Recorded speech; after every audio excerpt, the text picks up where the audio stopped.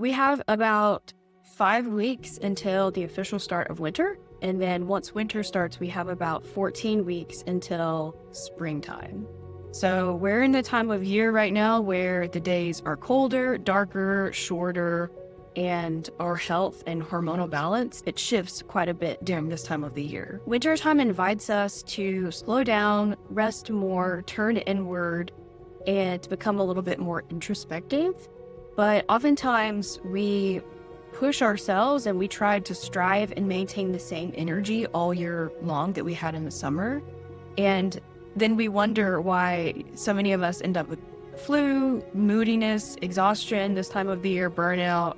And it's because we try to maintain that same level of energy all year long. We don't take seasons to rest. So what are some things that we can do intentionally that will help to support us and keep us healthy and feeling our very best, even in these colder, darker, shorter days?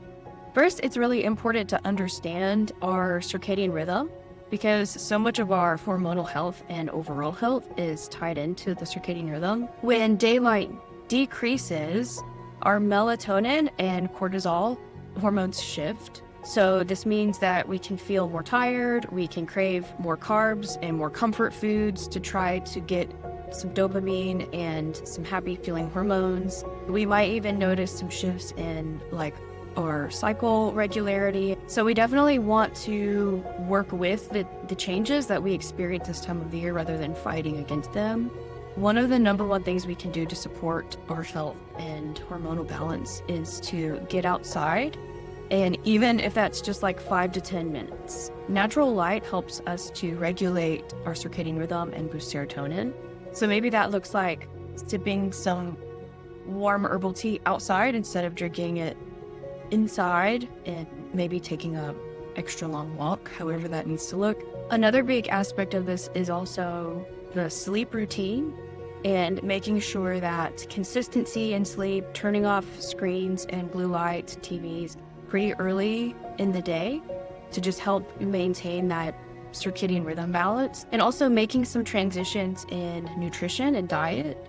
So in the summer, it's great to have smoothies, salads, cold foods, but once we're in these colder, shorter months and days, having food that is warm and nourishing and easily digested can be really supportive. So think soups, stews, roasted vegetables, warm teas. These things are really good at stabilizing the blood sugar, which is a big part of maintaining health this time of the year too, just because blood sugar can get really dysregulated during these shorter, colder days. It is interesting to think of winter as well as a season of stillness. So embracing that stillness also in your day-to-day life. That can look like having a morning routine that is journaling, reflection, some inner work. Our hormones, especially as women, they thrive when we feel safe and when we allow our bodies to experience calmness and comfort. So slowing down, allowing cortisol, our stress hormone, to drop.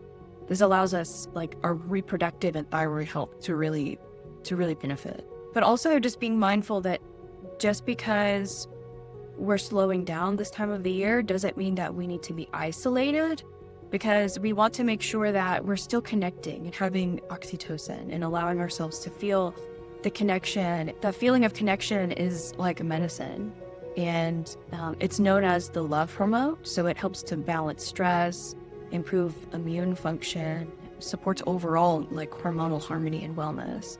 So making time for some cozy dinners, a deeper conversation, small gatherings.